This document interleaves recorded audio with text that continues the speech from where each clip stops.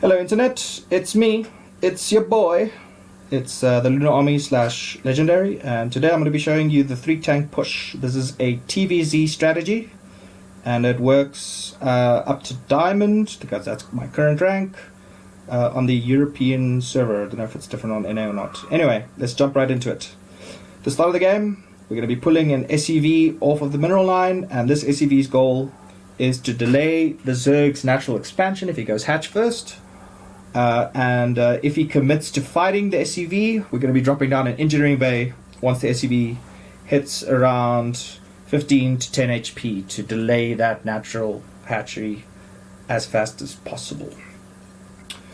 So, I'm going to speed this up a little bit. The build order that you're going to be doing is supply depot into gas into barracks, and then we're going to be taking our second gas and then going straight for orbital and factory. While this is going on, we're going to be focusing on microing our SCV. Don't try and delay that hatchery as best as possible. And if your SCV's health drops to 15 or to 10, you should have enough minerals to drop down the engineering bay to force your opponent to do one of two things: either commit a whole bunch of drones to destroy this engineering bay, or to force him to take his expansion at the third. This is the ideal response, since it'll allow you to force him a longer distance to reinforce his base once your push comes out. Okay, back to your base. The second gas is down. As soon as the barracks finishes, we're going to be dropping down an orbital and a factory. I made a slight mistake in this game. I started the factory before the orbital. You want to do orbital first, since you're going to be putting down a reactor out of this barracks here. I forgot to mention building a marine out of the barracks, not a reaper, because the marine builds faster. We want to get this reactor down ASAP to get Helions to deal with the early game Zerg compositions. Okay, we're going to speed up a little bit here. At this point, as soon as you have the gas and the minerals for it, you drop down a second factory and then swap out the reactor onto the factory here, the first factory. And we're going to be constantly building Helions out of this factory here. And this barracks is not going to be making any add-ons. It's going to be producing marines whenever you have the resources for it. You could technically build a tech lab on the barracks and swap it out with the second factory, but either way there's going to be a delay, so I prefer to just build the tech lab on the second factory in and itself. Alright, so here we have the two Helions. They're coming out. They're going to zoom across the map. They're going to be scouting your opponent's creep spread, and they're also going to be they're going to try and pick off any Zerglings or drones that happen to cross their path. So as soon as the tech lab finishes here, we're going to be building a siege tank, and we're going to be researching Blue Flame. Since Blue Flame is super duper good on Hellbats once they're transformed.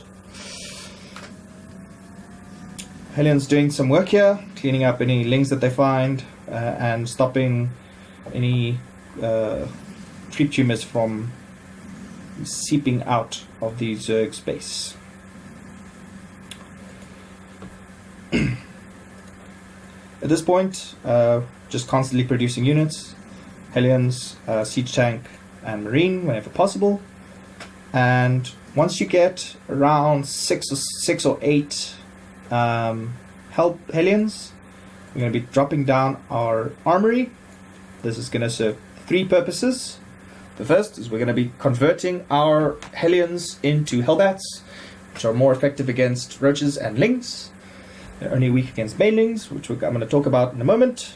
And it sets us up to research tunneling claws later on if we're going to be adding widow mines to our mix. So, continuing with the replay, Hellions, again, constantly move them out, try and pick things off. If you can take a shot at a free overlord, and it's safe to do so, feel free to bring out those marines to do their job.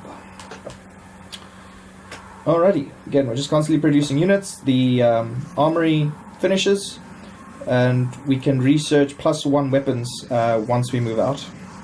Again, Hellions are doing work, and at this point, I know my opponent's tech. I know it's going to be roaches, maybe some ravagers, possibly some ravagers, so don't have to worry too much about supplementing my army with more Hellions. So I'm going to immediately tech switch from building more Hellbats or Hellions, and I'm going to be building Widow Mines. In the previous patch, this used to be Cyclones, but seeing as how Cyclone now requires a tech lab, it's not worth it building one Cyclone at a time to deal with roaches, because roaches will just straight up kill you. So it's better to go Widow Mines, and we have the armory down to do drilling claws, so it's not a problem at all. Okay, at this point, we're preparing to push out of our base. The third siege tank's about to pop. At this point, we're going to pull half the boys. They're going to be on repair duty, and they're going to be protecting or healing the Hellbats from the roach attacks. Or if you're up against banelings, your SCVs are going to be defending the siege tanks as best as they can, while you reinforce your army with more Hellions from across the map. So the push goes out here. Got your 3 siege tanks. Got a couple of marines in the middle. They're going to be adding in some supplementary DPS or shooting down overlords that get in your way. And we've got the Widow Mines, who will be doing some DPS as best as possible. Now, at this point, this is a mistake on my part. I let the Widow Mine get ahead there. Should have been paying attention here. I think I was busy macroing at the time. But in any case, if you get in a situation like this, with roaches fighting off creep, you can sort of laugh at them, because you don't even need to deploy siege tanks. Your siege tanks will straight up just kill the roaches as they are here. So, I'm going to take this engage. The SCVs should be repairing the Hellions as best as they can. And now we're going to be leapfrogging our siege tanks into the opponent's third base. Now, there's 2 choices with this attack. You can either attack your opponent's third, or you can attack your opponent's natural. Attacking your opponent's natural is typically not a very smart idea, because your opponent will reinforce with Zerglings and roaches and whatnot from their third, and if you're stuck in the middle here, the reinforcers will basically pincer your forces from 2 sides, and you will lose. So it's better to clean up your opponent's third, and force them to sort of abandon ship here and put up a static defense, or a defensive line in their natural, which is easy to break once you have 3 siege tanks, because 3 siege tanks can one-shot a clump of roaches. 2 siege tanks can one-shot a bunch of banelings, and siege tanks are just good against queens. In the previous patch, queens could sustain really, really well by using transfuse, but since transfuse was nerfed in a way, since it's now like a healing over time, it's just makes the siege tank all that much stronger against Zerg. So thank you, Blizzard. Anyway, it's pretty standard Terran stuff at this point. You send out the Hellions. They're going to be your meat shield, with the SCVs constantly repairing them. And you use the siege tanks to do the majority of the work. They area denial, all that good stuff. If you do have Widow Mines in the mix, like I did, because I scouted the roaches, just drop them down wherever possible, and hopefully they take do a couple of pop shots and clear out or do damage to roaches as best as possible. So at this point, third's dead, so continue onwards. You kind of want to, you're a little bit on a timer with this sort of attack, If your opponent went a lot of lings and banelings, there's a risk of them switching to Mutalisk, which if they have more than, say, 8 or 10 Mutalisks, and your Widow Mines don't have very good connections, they will fly over your army, kill everything, fly to your base, and it's game over. So you want to be putting on the pressure and forcing your opponent to waste resources and make micro mistakes against this really, really strong push. Again, try and fight in chokes as best as possible and let the siege tanks do the work.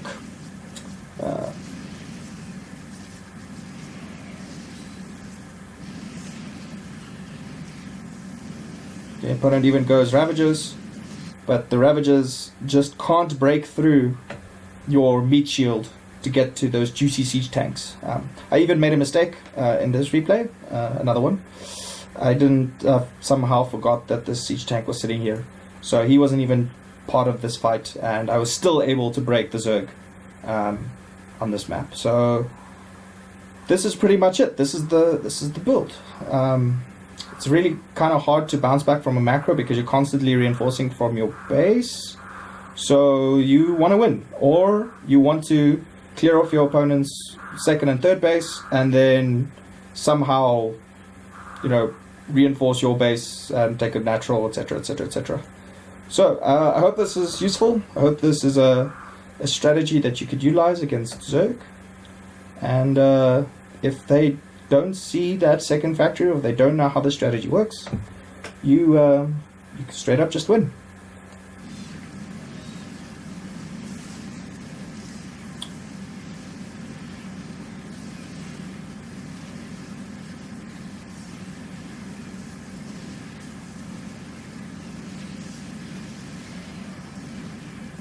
There you go. Wish you the best of luck. The only thing I could recommend watching out for when doing this strategy is mass baneling. If you don't put down your siege tanks fast enough and the banelings connect with your Hellions or your Hellbats and kill a large chunk of them / all of them, then you die to Zerglings, to a Ling Rush or a Ling Flood. So watch out for that. Make sure to control those siege tanks, get them to do pot shots on banelings as best as possible, and yeah, this is basically it. Let me know what you think. Try it out. Have a good day. Cheers.